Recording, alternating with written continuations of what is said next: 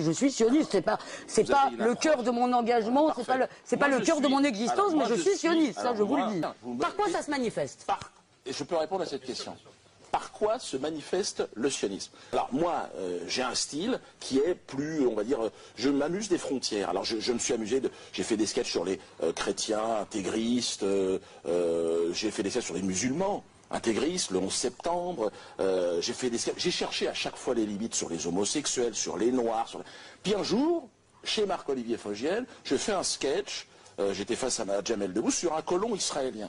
Et là, il y a eu une réactivité du système qui n'avait jamais existé jusqu'à présent. J'avais l'impression d'avoir trouvé, en fait, le tabou, le Graal, la nouvelle religion. J'étais dans le blasphème. Et le blasphème, c'est effectivement, à un moment ou à un autre, critiquer ce grand projet qu'est le sionisme. Et donc moi, laissez-moi terminer. Ouais. Donc, vous me demandez comment ça se manifeste. Concrètement, par mon travail, le plus sérieusement possible, j'ai localisé le dernier tabou de la République.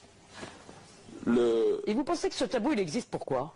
Vous pensez que ce tabou, vous ne pensez pas jamais que, je veux dire, ce qui s'est passé dans l'histoire justifie qu'effectivement, il y a un petit tabou sur l'antisémitisme? Par décence, madame, de ce qui s'est passé dans l'histoire, par respect de toutes les victimes. Non, vous ne me la jouez pas comme ça. Écoutez-moi, parce que... la décence et le respect, vous ne me la jouez pas comme ça. On ne va pas faire de compétition, je crois qu'on ne joue pas dans la même catégorie, en termes de durée et en termes de nombre de personnes, madame. Donc écoutez-moi. On ne va pas faire de compétition, et on ne joue pas dans la même catégorie. Et tout de suite, vous me balancez, non, l'histoire, nous, on a souffert. Vous avez souffert, restez digne. Non, mais moi, j'ai pas souffert. Nous avons souffert. Non, moi, j'ai pas souffert. Alors pourquoi vous me parlez de l'histoire et de l'histoire? Mais je ne vous parle pas de moi, là. Excusez-moi, moi, contrairement à vous, je ne me prévaux pas de la souffrance, d'une souffrance que je n'ai pas vécue. Premièrement. Deuxièmement. Donc, pourquoi vous me parlez d'une souffrance? Eh bien, parce que vous ne comprenez pas, vous pensez que la tentative d'extermination des Juifs par Hitler ne mérite pas qu'il y ait un petit tabou sur l'antisémitisme? Pourquoi vous me parlez de cette histoire? Eh bien, parce que vous parlez du tabou, j'essaye de vous expliquer. Oui, mais pourquoi il n'y a pas de tabou à faire je sais pas, moi, des sketchs sur les Noirs? J'essaye de vous expliquer. Sur la guerre d'Algérie, pourquoi il n'y a pas de tabou à faire sur le colonialisme? Pourquoi il n'y a pas de tabou là-dedans? Eh bien, si vous pensez, si vous voulez, qu'il n'y a rien qui s'explique là-dedans, je ne peux pas vous l'expliquer. Excusez-moi. Non, d'abord, il y a une question de durée. Deuxièmement. Mais non, mais ça, c'est une escroquerie, le temps, parce qu'excusez-moi, à un moment donné, on est obligé. Et pourquoi on peut faire des sketchs sur les Tutsis, les Hutus? Je veux dire, c'est pas un souci de faire ça. On peut faire sur les Biafra, ceux qui crèvent la dalle en ce moment, au Soudan. Vous pouvez faire des sketchs sur n'importe quoi. Alors, admettons que les Juifs sont particulièrement susceptibles. Admettons que les Juifs sont un peuple particulier. Surtout le lobby pygmé n'est pas assez puissant pour faire interdire des sketchs sur le lobby pygmé n'est pas assez puissant, qu'est-ce que vous voulez? Je veux dire, les Juifs ont de la chance, si vous voulez, ils se trouvent. Et là, c'est même pas les Juifs, parce qu'en l'occurrence, moi, j'ai fait un sketch sur les sionistes, ça n'avait aucun rapport avec les Juifs. Aucun rapport avec les Juifs. Il n'y a aucun rapport entre les Juifs et les sionistes, c'est bien connu. Qui fixe la limite de ce qu'on a droit et ce qu'on n'a pas droit? Qui fixe la limite, en l'occurrence, et moi encore une fois je ne suis pas pour les lois parce que je pense qu'on ne combat pas par la loi, mais en l'occurrence par exemple, pour ce qui concerne le négationnisme, c'est la représentation nationale qui la fixe, c'est-à-dire l'Assemblée nationale. Votre réaction sur la phrase d'Elisabeth Lévy dans cette émission, donc sur une jeunesse arabo-musulmane Bon, ça c'est le discours, c'est paternaliste, raciste, habituel.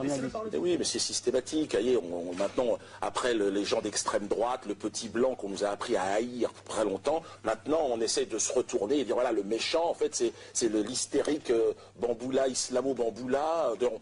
Oui, tout le monde est dans le même sac. Donc, et donc, comme monsieur, je ne sais plus qui, Phil Kenkrot, votre ami, attention, les blancs, on est en danger.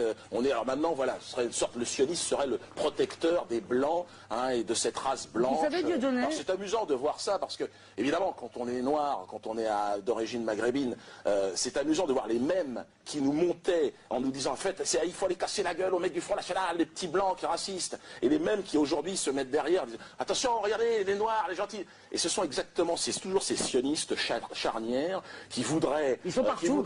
mais ils sont pas, non, ils sont pas partout. Oui, de penser que c'est des feuilles que viennent tous les malheurs, oui, c'est devenu un discours banal. Et croyez bien, je le déplore. Et c'est contre ça que je veux me battre. Et vraiment, vraiment, je crois que ça, vous devriez vous battre aussi. Mais oui, et les feuges, rejoignez-nous. C'est pareil, vous parliez des feuges. Rejoignez-nous dans le combat antisioniste. Arrêtez avec ça. Ne vous laissez pas corrompre. Arrêtez de... Parce que l'antisémitisme est du côté des sionistes. Faites attention, c'est eux qui provoquent l'antisémitisme.